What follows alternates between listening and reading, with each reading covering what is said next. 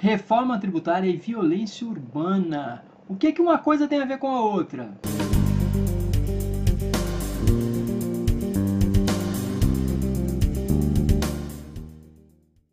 A violência urbana no Brasil é altíssima e sua relação com a desigualdade social é significativa. A desigualdade social se configura como um dos principais determinantes da violência urbana. Abaixo o estudo científico que traça a correlação estatística dessas duas variáveis. Mas a desigualdade social também está positivamente correlacionada com a qualidade de vida como um todo, como é muito bem enunciado pelos estudos epidemiológicos e estatísticos de Richard Wilkinson. Estou colocando também aí o vídeo para vocês. Há também uma série de dados em relação à carga tributária brasileira, mostrando que, em proporção à própria renda, quem mais paga impostos no Brasil são os mais pobres, em um quadro de altíssima concentração de renda. Estamos no grupo de países que possuem as maiores taxas de desigualdade social do mundo. E uma das alternativas para diminuir esses contrastes é uma reforma tributária que diminua a porcentagem de impostos indiretos sobre o consumo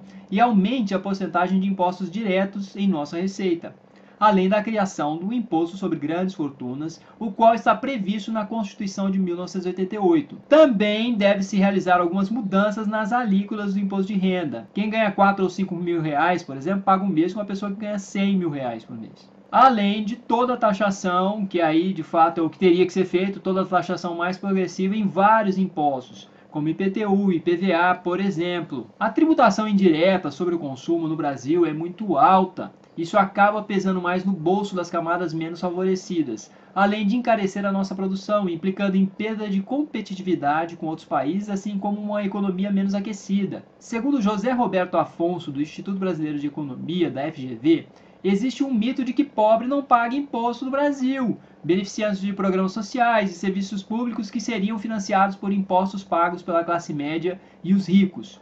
Na última década, porém, um grupo crescente de especialistas tem feito estudos que mostram como tal percepção passa longe da realidade. De acordo com estudos do IPEA, por exemplo, os 10% mais pobres da população brasileira gastam 32% de sua renda com impostos. Já entre os 10% mais ricos, a proporção é de 21%. Fecha aspas. Enfim, menos impostos indiretos favorecem um maior crescimento econômico, além de uma menor desigualdade social. Contudo, uma reforma tributária nesse sentido provocaria um aumento da taxação direta, como eu já disse, com uma taxação mais progressiva, ou seja, quem tem mais paga proporcionalmente mais, e não em proporção somente, ele paga um pouco acima da própria proporção aí na regra de 3. Mas aí no Brasil se levantam muitas resistências. Muitos querem serviços públicos de primeira, mas não querem olhar para essas discrepâncias de nossa carga tributária, a qual onera os menos favorecidos. Reclamam da qualidade dos nossos serviços e do retorno dos impostos, se esquecendo que nosso imposto per capita é baixíssimo em comparação com países onde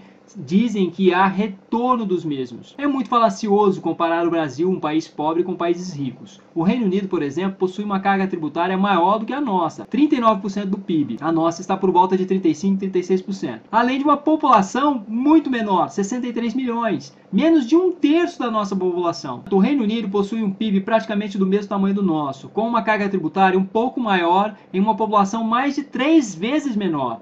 Ou seja, proporcionalmente arrecadam mais do que o triplo do que nós arrecadamos. Fica um pouco injusta a comparação. E reitero, a taxação de grandes fortunas está prevista na Constituição de 88 e foi desde então proposta por meio de 2 projetos. O primeiro deles foi proposto por Fernando Henrique Cardoso, em 1989, antes de chegar à presidência da República. Atualmente existe o projeto do PSOL. Segundo Luciana Genro, do PSOL, esse imposto seria 5% ao ano a incidir sobre patrimônios acima de 50 milhões de reais. Ela afirma que a receita advinda desse imposto teria volume para dobrar nossos investimentos em educação. Se for o caso, isso não é pouca coisa. Seria uma tremenda de uma revolução. Muitos criticam a taxação de grandes fortunas, afirmando que ela desestimula investimentos e é ruim para a economia. Contudo, segundo Paul Krugman, apesar de toda a choradeira dos republicanos, a taxação de grandes fortunas faz parte da história de desenvolvimento de todas as grandes nações, inclusive dos Estados Unidos. É como uma reforma agrária. País que deseja se desenvolver precisam fazer reforma agrária e taxar grandes fortunas. É incrível como algumas pessoas que se dizem de direita e pobres, as quais jamais terão um patrimônio de 50 milhões de reais, não se rendem nem mesmo a esse tipo de evidência histórica. Parecem nutrir a ilusão infantil de que em algum dia ainda terão tamanha fortuna. Mas a melhor forma de ficar rico, minha gente, é já ter nascido rico. Capital atrai capital.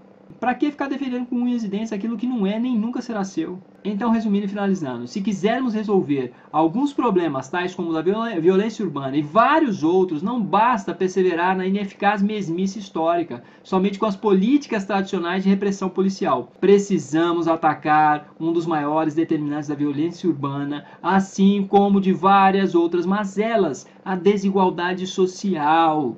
Há diversas evidências de que a diminuição da desigualdade social poderá se dar de forma significativa se houver uma reforma tributária como a que estou defendendo aqui nesse vídeo.